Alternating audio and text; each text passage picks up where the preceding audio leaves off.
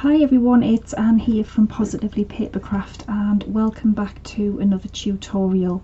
Now today I want to show you a brilliant way to create the most realistic sort of stained glass effect. Well, I think it is anyway, and I think I did this a couple of years ago when I was with Stampin' Up, so I thought it was worth doing again because it's so pretty. So I've got heat resistant acetate, heat resistant vellum, and I've just cut them to 4 by 4 inches. Both are exactly the same.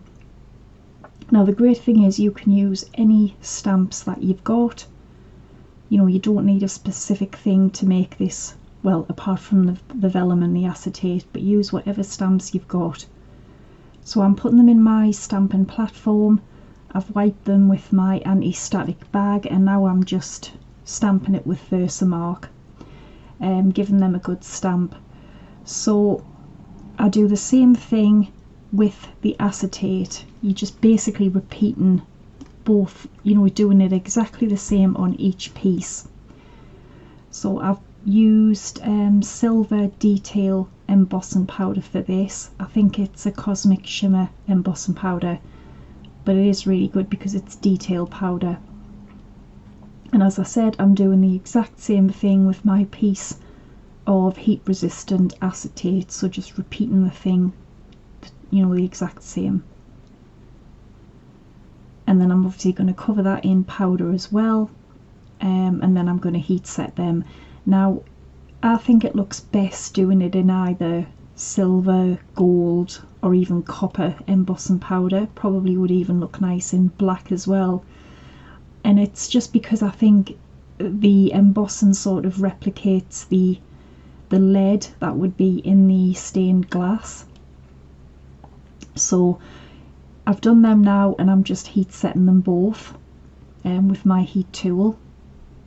And then you will need also some alcohol markers just to colour your images in. But again, you can use whatever colours you want, any stamp that you've got, and you don't really need any dyes either because you just sort of, it's the stamped image that you need.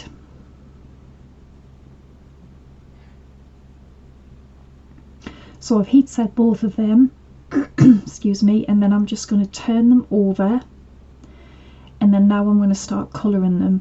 So as I said, alcohol markers, and you want to do the same, use the same colours and colour in the same way on both pieces, so identical, because you're going to end up putting the acetate on the top of the vellum, and then that's what sort of intensifies that colour and it makes it look much more realistic. I mean, yes, it looks nice just done on acetate and just done on vellum, but when you put the two together it creates that beautiful sort of vibrant stained glass effect.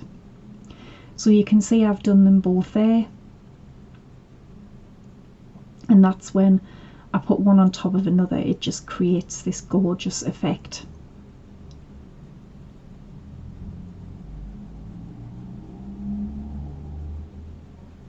So I'm going to glue both pieces together because I've got a 4 by 4 card base here, and I've got a 3 7/8 square piece of black card. So with a black card I've just took a square die and I've just checked that it will, you know, allow the image to show through underneath. So I'm going to cut that out, and then that's going to be the sort of top frame of our card.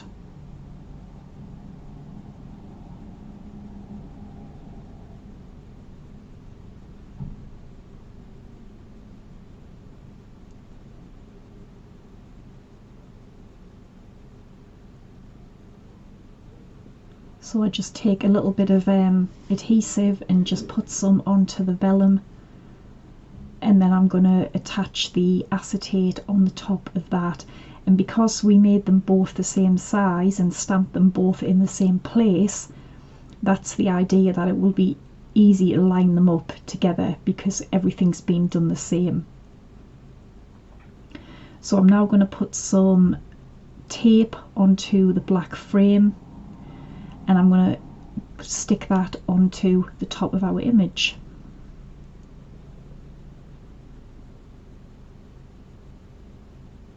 And there we go, that easy.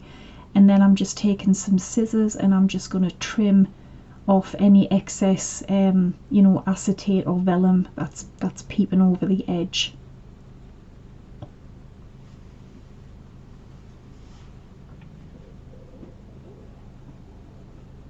And then for this bit I just pop it up on some foam pads, but just be wary that they don't peep through underneath. Probably a thin foam tape would be better to put around the outside, but I couldn't find mine at the time, so I just used foam pads.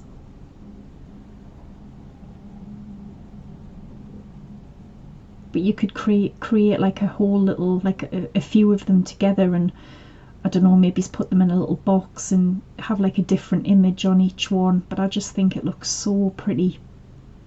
And then I'd already stamped a little sentiment, which was, I think it was my sweet friend. I'd heat embossed that, my sweet friend, yeah, and I've just put that on the bottom.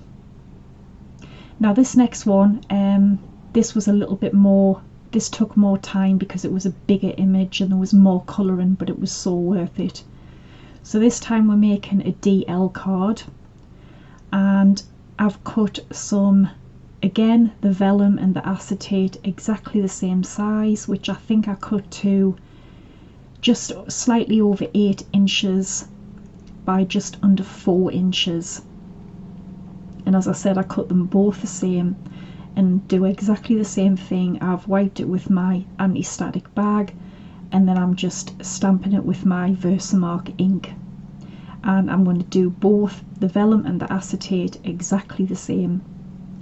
But this was frustrating because I recorded the whole video for this part, this card here, and when I came to put it on my computer it just would not go on. It was as if there was no video there. Even though I could see it, it wouldn't transfer. And honestly, I must have sat for 2 hours. It was so frustrating. I tried everything, could not get the video to transfer over. So I had to scrap it, and then at the last minute I had to record this one again. So I was so annoyed, but I have got the card that I made in the original video, which I will show you in a minute.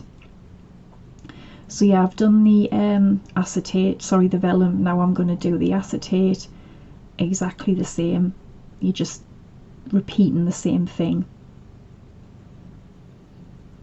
and I think it's much easier to use a stamping platform when you're doing particularly acetate, because it is really slippery, and then without the stamping tool you're probably going to end up slipping and ending up with like a double image where it looks like you need new glasses when you look at it. It's horrible. So yeah, I've done that now, and then I'm going to put the same detail embossing powder over both pieces.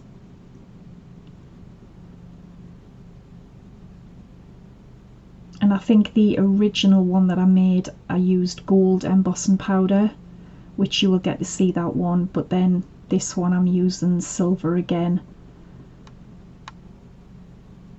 But experiment with different embossing powders.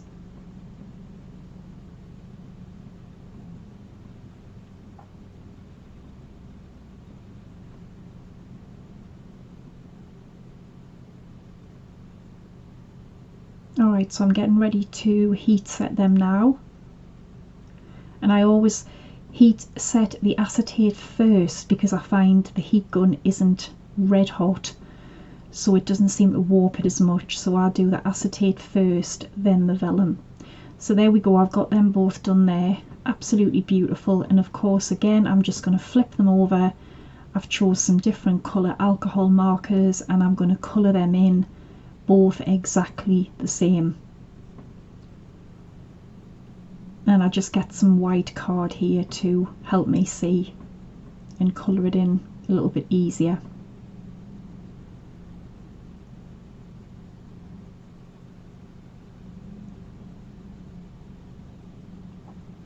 There we go, I've done them absolutely beautiful. Now I'm using these Neston Slimline DL dies here. They're stitched as well, so they give me like a lovely sort of frame, because I do love DL cards, they're so elegant looking. So I've got my card base there. I've already cut out one of the frames, the largest frame, and I've put double-sided tape on the back of it, because I'm going to glue that frame onto the acetate piece first. So I just need to peel the backing off my tape and then attach that to the acetate. And tape is better because, again, the acetate's really slippery and you probably just end up with glue everywhere if you use glue. So I'm just positioning that, sort of just catching the best part of the stamp that I want, and then just glue the frame down. And then all I do is turn it over and trim away any, you know, excess acetate that I've got hanging over the edge.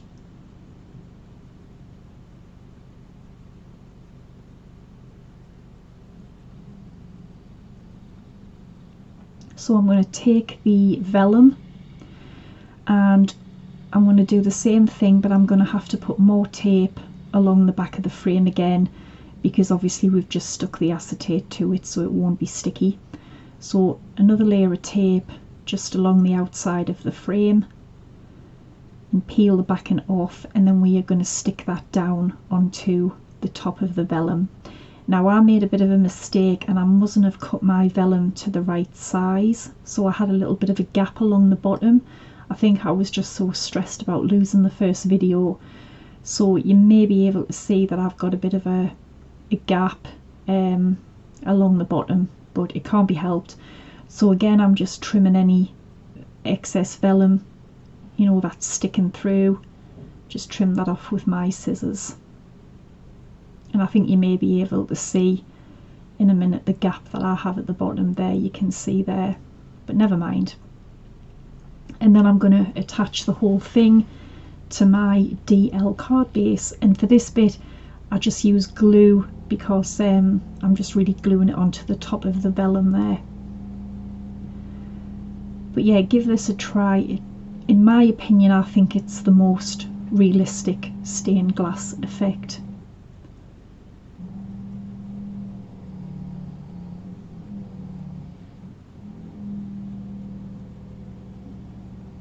And then now I'm going to show you the original one, the video that I lost. That one I did in red, and I think that one is beautiful with the gold heat embossing.